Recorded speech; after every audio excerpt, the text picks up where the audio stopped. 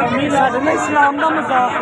छठे बैठी हुई है, खड़ा कर सुनो सर जी, आयत लिखी और खड़ी हो जाओ।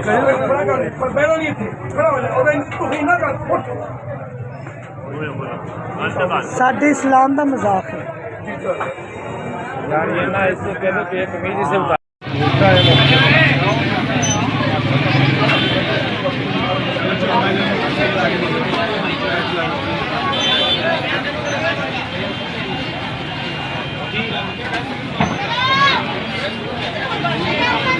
अड्डे दिन तो हाई है ना।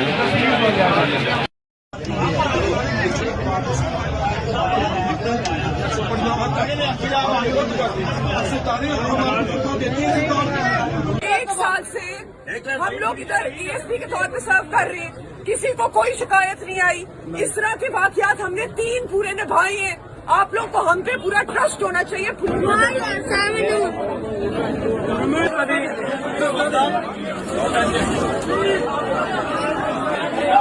रास्ता